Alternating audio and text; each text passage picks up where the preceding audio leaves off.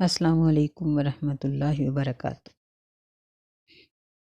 آج ہم شروع کریں گے آیت نمبر 73 سورہ توبہ۔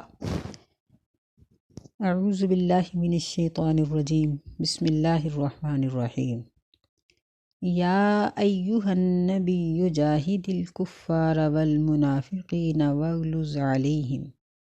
اے نبی صلی اللہ علیہ وسلم، جہاد کیجئے کافروں کے ساتھ اور منافقین کے ساتھ، واغلظ علیہم، اور ان پر سختی کیجئے، ومأواہم جہنم وبئس المصیر، اور ان کا ٹھکانہ جہنم ہے اور یہ بہت بری جگہ ہے لوٹ کر جانے کی۔ اس سے پچھلی آیات میں ہم نے منافقین کا انجام پڑھا اور ہم نے اس میں یہ پڑھا کہ اللہ تعالیٰ نے ان کو دنیا میں جو کچھ دینے کا یعنی وعدہ کر رکھا ہے یا ان کا حصہ اور ان کی تقسیم جو ہے، یہ لوگ اس سے فائدہ اٹھاتے ہیں، لیکن آخرت میں ان کے لیے جہنم ہے، کیونکہ یہ اطاعت کے ساتھ اللہ تعالیٰ کی نعمتوں سے فائدہ نہیں اٹھاتے بلکہ نافرمانی کے ساتھ اٹھاتے ہیں۔ اور مومنین کا ہم نے ان کا یعنی ان کا جو طریقہ حیات ہے اور اللہ تعالیٰ کی اطاعت اور فرما برداری کی جو شرائط ان کے اندر موجود ہیں اور پھر ان کا جو اچھا انجام ہے، وہ اللہ تعالیٰ نے ہمیں بتایا کہ یہ لوگ اللہ کی نعمتوں کو اس کی اطاعت کے مطابق حاصل کرتے ہیں اور اللہ کی اطاعت کے مطابق ہی خرچ کرتے ہیں، تو ان کے لیے دنیا میں بھی اللہ کی نعمتیں ہیں اور آخرت میں بھی جنت ہے۔ یہ چیز بیان کرنے کے بعد اب اللہ تعالیٰ نے نبی صلی اللہ علیہ وسلم کو یہ بتایا کہ اب آپ ان کے ساتھ کیا سلوک کریں گے، کیونکہ اب تک مسلمان ان کے ساتھ نرمی اور درگزر ہی کرتے آ رہے تھے۔ جب سے مسلمان مدینہ میں آئے تھے اور عبداللہ بن ابی منافق اور اس کے ساتھیوں نے مسلمانوں کے خلاف جو کچھ بھی کیا، مسلمانوں نے اس پر خاموشی کے ساتھ اس کو برداشت کیا اور ان کے ساتھ درگزر سے ہی معاملہ کیا۔ لیکن اب اللہ تعالیٰ نے نبی صلی اللہ علیہ وسلم کو مخاطب کر کے فرمایا کہ اب درگزر کا معاملہ ختم کیجئے۔ اور دیکھیے کہ قابل غور ہے یہ بات کہ اللہ نے کافر اور منافق دونوں کا اکٹھا ذکر کیا اور فرمایا کہ جاہد، ان سے جہاد کیجئے۔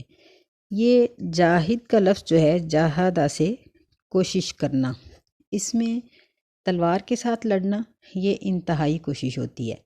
اس کے علاوہ چھوٹے درجے کی کوششیں بھی ہیں، مثلاً ان کو سمجھانا اور ان کے غلط کاموں کے اوپر سرزنش کرنا یا تھوڑی بہت سزا دینا، یہ سب چیزیں بھی اس میں آ جاتی ہیں۔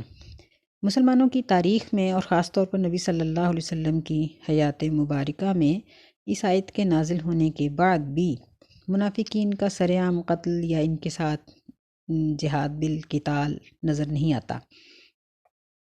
تو مطلب یہ ہے کہ ایسے منافق جو بالآخر اپنی زبان سے کفر کا اظہار کر ڈالیں، وہ تو واجب القتل ہیں، کیونکہ جو شخص اسلام کو چھوڑ کر کسی اور مذہب کو اختیار کرتا ہے، مرتد ہو جاتا ہے، وہ واجب القتل ہے۔ لیکن جو منافقین مسلمانوں کے خلاف سازشیں کرتے ہیں اور لیکن کلمہ پڑھتے ہیں، ان کے ساتھ قتال یا ان کا قتل یہ ثابت نہیں ہے۔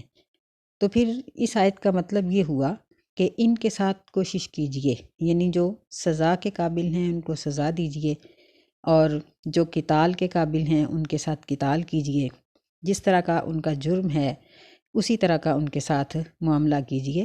وَغْلُظْ عَلَيْهِمْ، یعنی ان کے بارے میں نرم پہلو نہ رکھیں بلکہ سخت رکھیں، کیونکہ نرمی رکھنے کی وجہ سے باقی مسلمانوں کے معاملات میں بھی فرق آتا ہے، ان کی دین کے اندر مضبوطی بھی کمزور ہو جائے گی ان کی دیکھا دیکھی۔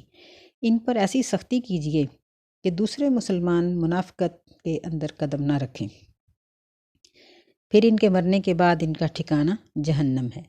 یحلفون باللہ ما قالوا، منافق اللہ کی قسمیں کھاتے ہیں کہ انہوں نے نہیں کہا۔ وَلَقَدْ قَالُوا كَلِمَةَ الْكُفْرِ، اور البتہ تحقیق انہوں نے کہا ہے کفر کا کلمہ۔ وَكَفَرُوا بَعْدَ إِسْلَامِهِمْ، اور انہوں نے اسلام لانے کے بعد کفر کیا ہے۔ وَهَمُّوا بِمَا لَمْ يَنَالُوا، اور انہوں نے ایسے کام کا ارادہ کیا ہے جہاں تک وہ نہیں پہنچ سکے۔ وما نقموا الا ان اغناہم اللہ ورسولہ، اور انہوں نے نہیں بدلہ لیا، نہیں انتقام لیا مگر اس بات کا کہ غنی کر دیا ان کو اللہ نے اور اس کے رسول صلی اللہ علیہ وسلم نے، من فضلہ ہی اپنے فضل سے، فَإِن يَتُوبُوا يَكُ خَيْرًا لَّهُمْ، پس اگر وہ توبہ کر لیں گے تو ان کے لیے بہتر ہوگا، وَإِن يَتَوَلَّوْا يُعَذِّبْهُمُ اللَّهُ عَذَابًا أَلِيمًا، اور اگر وہ پھر جائیں گے یعنی کفر کی طرف یا گناہوں کی طرف، نافرمانی کی طرف پلٹ جائیں گے تو عذاب کرے گا ان کو اللہ تعالیٰ عذابًا علیما فی الدنیا والآخرہ، دردناک قسم کا عذاب دنیا میں بھی اور آخرت میں بھی، وَمَا لَهُمْ فِي الْأَرْضِ مِن وَلِيٍّ وَلَا نَصِيرٍ، اور ان کے لیے نہیں ہے زمین میں کوئی دوست اور نہ ہی کوئی مدد کرنے والا۔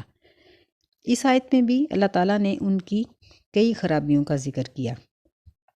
پہلی بات تو یہ کہی کہ وہ قسمیں کھاتے ہیں اللہ کی کہ انہوں نے ایسا نہیں کہا، تو یہاں یعنی کیا نہیں کہا اس کی تفصیل نہیں بتائی گئی۔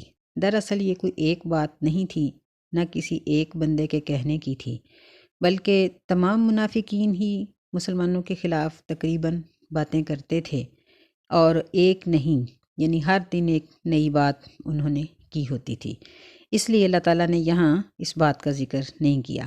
ویسے ہم اس کو سمجھنے کے لیے وہ ایک واقعہ ہی دیکھ لیں تو وہ ہمیں سمجھ آ جائے گی کہ منافقین یہ جب ایک جگہ پر اکٹھے تھے تو ان کے بڑے سردار نے عبداللہ بن ابی نے اپنے ساتھیوں کو کہا کہ تم لوگ ان مسلمانوں کے اوپر خرچ نہ کرو جو نبی صلی اللہ علیہ وسلم کے پاس بیٹھنے والے ہیں، حتیٰ کہ یہ ان کی مجلس کو چھوڑ دیں۔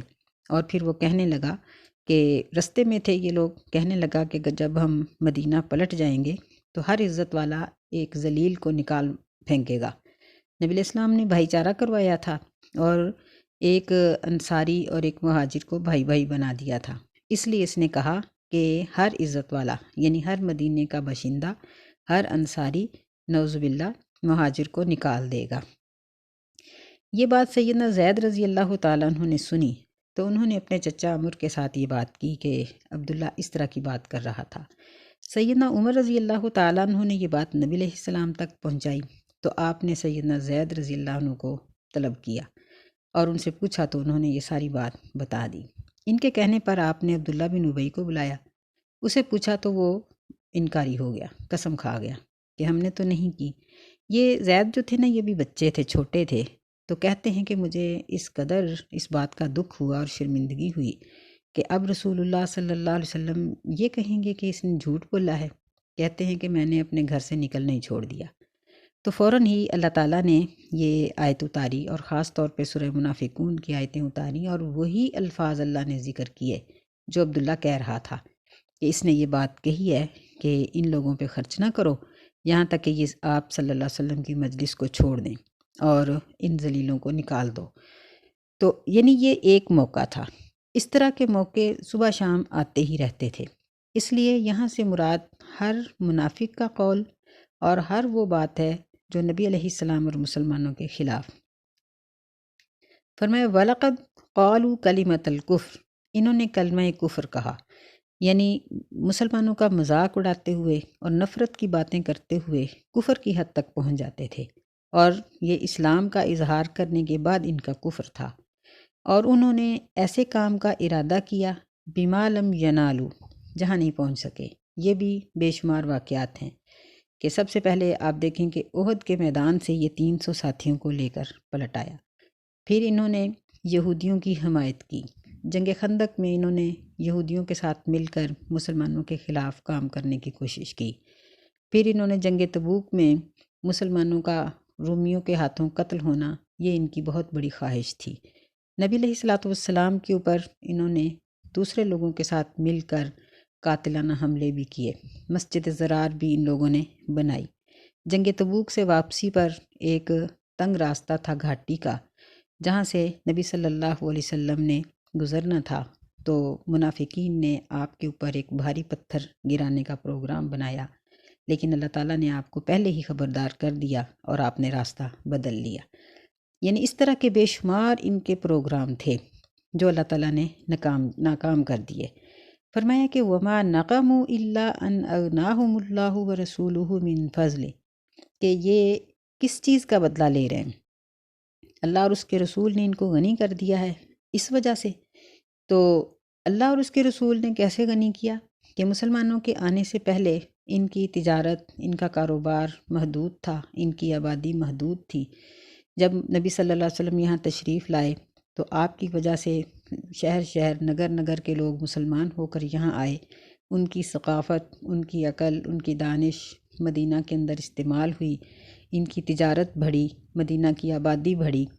پھر اسی طرح مال غنیمت ان کے پاس آیا، اور مال غنیمت میں یعنی جہاں جہاں جس ملک کا مال غنیمت آتا تھا اس کی وجہ سے ان کی صنعت نے ترقی کی اور ان کو بے شمار نئی راہیں جو تھیں وہ ملی۔ یہ سب چیزیں ہیں۔ بعض لوگ یہاں اس کے رسول کے فضل کرنے کا مطلب یہ سمجھتے ہیں کہ مال و دولت کا دینا یا خوشیوں کا دینا رسول اللہ صلی اللہ علیہ وسلم کے ہاتھ میں بھی ہے۔ یہ بات یہاں نہیں سمجھی جا سکتی، کیونکہ یہاں یہ بات ذکر ہی نہیں کی گئی۔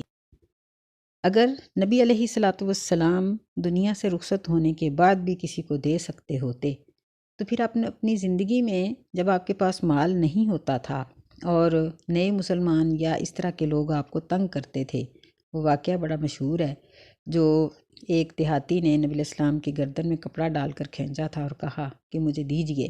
تو نبی علیہ السلام اگر اپنے یعنی اللہ کے اختیارات میں سے کوئی اختیار ہوتا تو اس کو فوراً دے دیتے، بلکہ آپ نے کیا کہا؟ آپ نے فرمایا کہ جب میرے پاس ہوگا تو میں دے دوں گا، یعنی جب مال غنیمت آئے گا تو میں دے دوں گا۔ اور ایک موقع پر آپ کے پاس موجود تھا تو آپ نے بہت سی بکریاں اس آدمی کو دے بھی دی۔ تو یہاں یہ چیز مراد نہیں لی جا سکتی۔ اللہ نے منافقین کے لیے فرمایا کہ اگر یہ توبہ کر لیں گے تو بہتر ہے، اگر پھر جائیں گے تو ان کے لیے عذاب ہے۔ پھر آگے ان کے بارے میں مزید ذکر کیا۔ وَمِنْهُمْ مَنْ عَاهَدَ اللَّهَ لَئِنْ آتَانَا مِنْ فَضْلِهِ لَنَصَّدَّقَنَّ وَلَنَكُونَنَّ مِنَ الصَّالِحِينَ، اور ان میں سے بعض ایسا شخص ہے جس نے اللہ سے عہد کیا کہ ضرور اگر تو نے مجھے اپنے فضل سے دیا، لَنَصَّدَّقَنَّ، تو یہاں آتانا یہ بھی جمع کا لفظ ہے، ضرور اگر تو نے ہمیں اپنے فضل سے دیا تو ضرور ہم صدقہ کریں گے، وَلَنَكُونَنَّ مِنَ الصَّالِحِينَ، اور ہم ضرور نیک لوگوں میں سے ہو جائیں گے۔ فَلَمَّا آتَاهُم مِّن فَضْلِهِ بَخِلُوا بِهِ، پس جب اللہ تعالیٰ نے ان کو اپنے فضل سے عطا کیا تو وہ بخل کرنے لگے، وَتَوَلَّوْا وَهُم مُعْرِضُونَ، اور وہ پھر گئے اس حال میں کہ وہ اعراض کرنے والے تھے، منہ پھیرنے والے تھے۔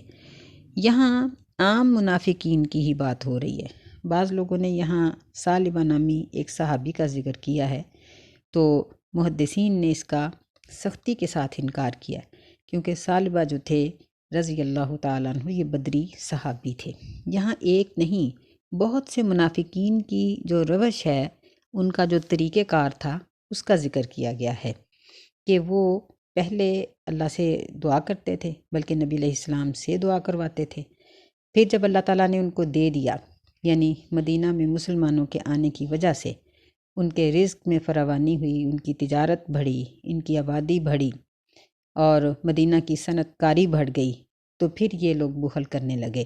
یعنی جب زکوٰۃ فرض ہوئی تو ان لوگوں نے کہا کہ کیا محمد صلی اللہ علیہ وسلم بھی ٹیکس لگاتے ہیں؟ اس طرح کی باتیں کی۔ تو اللہ تعالیٰ اس چیز کا ذکر کر رہا ہے، یعنی یہ عام منافقین کے بارے میں ہے۔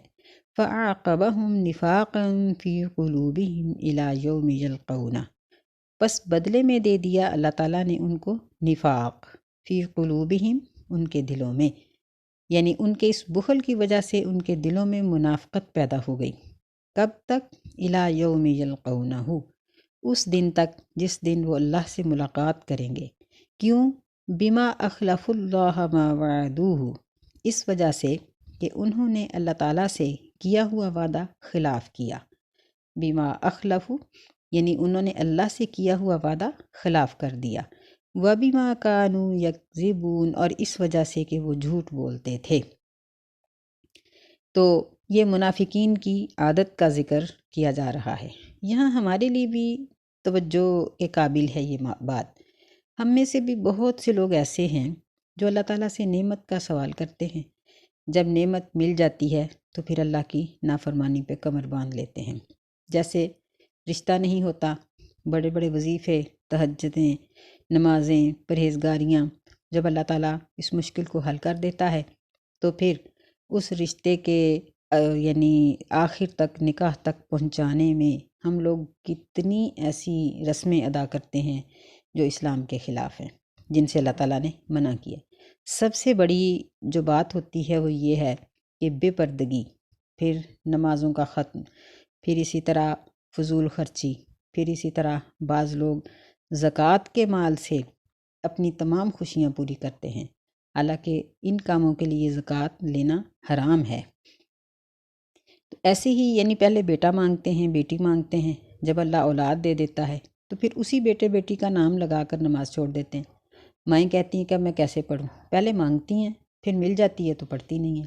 پہلے ہم کاروبار کے لیے دعا کرتے ہیں، پھر جب دکان چل جاتی ہے تو پھر ہم اسی دکان کے لیے نماز چھوڑ دیتے ہیں، نماز نہیں پڑھتے، یا اس دکان کو چلانے کے لیے ہم بعض ایسے کام کرتے ہیں جو صریحی طور پر گناہ ہیں، اس کی زکوٰۃ نہیں دیتے، یا ہم اور بھی یعنی حلال حرام کی تمیز نہیں کرتے۔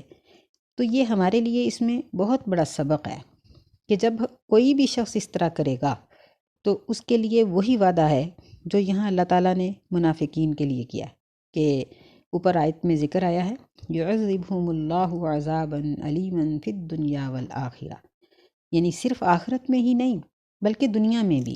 اور پھر سب سے بڑی بات یہ ہے کہ اس کا کوئی مددگار نہیں ہوگا زمین میں، یعنی وہ بے یار و مددگار ہوگا، وہ بہت سی مصیبتوں میں تنہا ہوگا۔ تو اگر ہم ان ساری مصیبتوں سے بچنا چاہتے ہیں تو پھر ہمیں چاہیے کہ ہم جس نعمت کو اللہ سے مانگتے ہیں، یعنی اولاد ہے یا صحت ہے یا کاروبار ہے یا رشتے کی نعمت ہے یا اور کوئی بھی ایسی چیز جو ہم اللہ سے مانگتے ہیں، تو پھر اس کو مانگنے کے اور مل جانے کے بعد ہم اس کا صحیح تصرف کریں۔ آگے اللہ تعالیٰ کہتے ہیں أَلَمْ يَعْلَمُوا أَنَّ اللَّهَ يَعْلَمُ سِرَّهُمْ وَنَجْوَاهُمْ وَأَنَّ اللَّهَ عَلَّامُ الْغُيُوبِ، کیا وہ نہیں جانتے کہ بے شک اللہ تعالیٰ جانتا ہے ان کی چھپی ہوئی باتوں کو، وَنَجْوَاهُمْ اور ان کی سرگوشیوں کو، اور بے شک اللہ تعالیٰ جاننے والا ہے تمام قسم کے غیب۔ سر اس کو کہتے ہیں جو آپس میں ابھی بات نہ کی گئی ہو بلکہ دل میں چھپی ہو، یعنی جب یہ دونوں لفظ اکٹھے آئیں تو پھر سر کا معنی یہ ہوگا کہ وہ بات جو کسی سے نہیں کی گئی، اور نجوا اس کو کہتے ہیں جو کسی کے ساتھ چھپا کر کی جاتی ہے۔ اللہ تعالیٰ دونوں کو جانتا ہے۔ جب یہ لفظ علیحدہ علیحدہ استعمال ہوں تو پھر دونوں کا ایک ہی معنی ہے، چھپی ہوئی باتیں۔ دونوں اکٹھے آ جائیں تو سر کا معنی جو بات کسی سے نہیں کی گئی، اور نجوا کا معنی جو کسی سے کی گئی ہے۔ اللہ دونوں ہی باتوں کو جانتا ہے۔ مطلب یہ ہے کہ انسان کی دل کی نیت کو بھی جانتا ہے، اور جو کسی کے ساتھ وہ سرگوشی کرتا ہے اس کو بھی جانتا ہے۔ الذین یلمزون المطوعین من المؤمنین فی الصدقات، وہ لوگ یلمزون جو تانا دیتے ہیں، مطوعین من المؤمنین مومنوں میں سے صدقات دینے والوں کو، فی الصدقات یعنی صدقات کے بارے میں جو عطا کرنے والے ہیں، دینے والے ہیں، ان کو بھی تانا دیتے ہیں۔ والذین لا یجدون الا جہدہم، اور ان لوگوں کو بھی جو نہیں پاتے مگر اپنی محنت۔ فیسخرون منہم، منافق ان سے مذاق کرتے ہیں، ان کا مذاق اڑاتے ہیں۔ سخر اللہ منہم، اللہ تعالیٰ منافقوں کا مذاق اڑائے گا۔ وَلَهُمْ عَذَابٌ علیم، اور ان کے لیے دردناک عذاب ہے۔ یعنی یہی جنگ تبوک میں ہی اگر کوئی تھوڑا مال لے کے آتا تھا تو منافق اس کو بھی کہتے تھے کہ تمہارے اتنے سے مال سے کیا بنے گا۔ اگر کوئی زیادہ لے کے آتا تھا تو کہتے تھے کہ یہ ریاکار ہے، اور اپنے بڑے بڑے مال انہوں نے وہ چھپا کر رکھے ہوئے تھے، صدقے سے ہاتھ کھینچا ہوا تھا۔ تو اللہ تعالیٰ نے فرمایا کہ اللہ ان کے مذاق کا ان کو بدلہ دے گا۔ مطلب یہ ہے کہ ہمیں نہیں چاہیے کہ ہم کسی کو نیکی کرتا ہوا دیکھیں تو اس کا مذاق اڑائیں۔ مساجد میں بھی یا عام جگہوں پر بھی جب چندہ دینے کی باری آتی ہے، بعض لوگ بہت چھوٹی سی رقم دیتے ہیں، بعض بہت بڑی۔ تو کوئی تھوڑا دینے والا ہو یا زیادہ، چھوٹی نیکی کرنے والا ہو یا زیادہ، کسی کا بھی مذاق نہیں اڑانا چاہیے، کیونکہ ہم نہیں جانتے کہ اللہ کے نزدیک اس کی کیا حیثیت ہے۔ استغفر لہم او لا تستغفر لہم، فرمایا کہ ان کے لیے بخشش کی دعا کرو یا ان کے لیے بخشش کی دعا نہ کرو۔ ان تستغفر لہم 70 مرۃ فلن یغفر اللہ لہم، اگر آپ ان کے لیے بخشش کی دعا کریں گے 70 مرۃ، 70 مرتبہ بھی، بس اللہ تعالیٰ ہرگز ان کو نہیں بخشے گا۔ ذالک بانہم کفروا باللہ ورسولہ، اس کی وجہ یہ ہے کہ انہوں نے کفر کیا ہے اللہ کے ساتھ بھی اور اس کے رسول صلی اللہ علیہ وسلم کے ساتھ بھی۔ واللہ لا یہدی القوم الفاسقین، اور اللہ تعالیٰ نہیں ہدایت دیتا فاسقوں کی قوم کو۔ اللہ نے جب یہ آیت منافقین کے بارے میں اتاری تو نبی علیہ السلام نے فرمایا کہ یہ 70 مرتبہ کا لفظ یہ کثرت کے لیے ہے۔ اگر یہ بات ایسے ہوتی کہ 70 سے زیادہ دفعہ بخشش کی دعا کرنے پر اللہ تعالیٰ ان کی بخشش کر دیتا تو میں 70 سے زیادہ دفعہ ان کے لیے دعا کر دیتا، لیکن مطلب یہ ہے کہ چاہے ہزاروں مرتبہ دعا کی جائے، اللہ ان منافقوں سے اس قدر ناراض ہے کہ ان کو کبھی بھی نہیں بخشے گا۔ اللہ تعالیٰ ہمیں ایسی حالت سے بچائے اور ہمیں منافقین کی جو راہ ہے اس سے بچنے کی توفیق دے۔ ہمیں یہ توفیق دے کہ ہم اپنے آپ پر غور کریں اور اپنے اندر منافقوں والی عادتیں پیدا نہ ہونے دیں، کیونکہ نبی علیہ السلام کی قیامت تک آنے والے مومنوں کے لیے بخشش کی دعائیں ہیں، تو جو شخص منافق ہوگا وہ ان دعاؤں کا حقدار نہیں ہوگا۔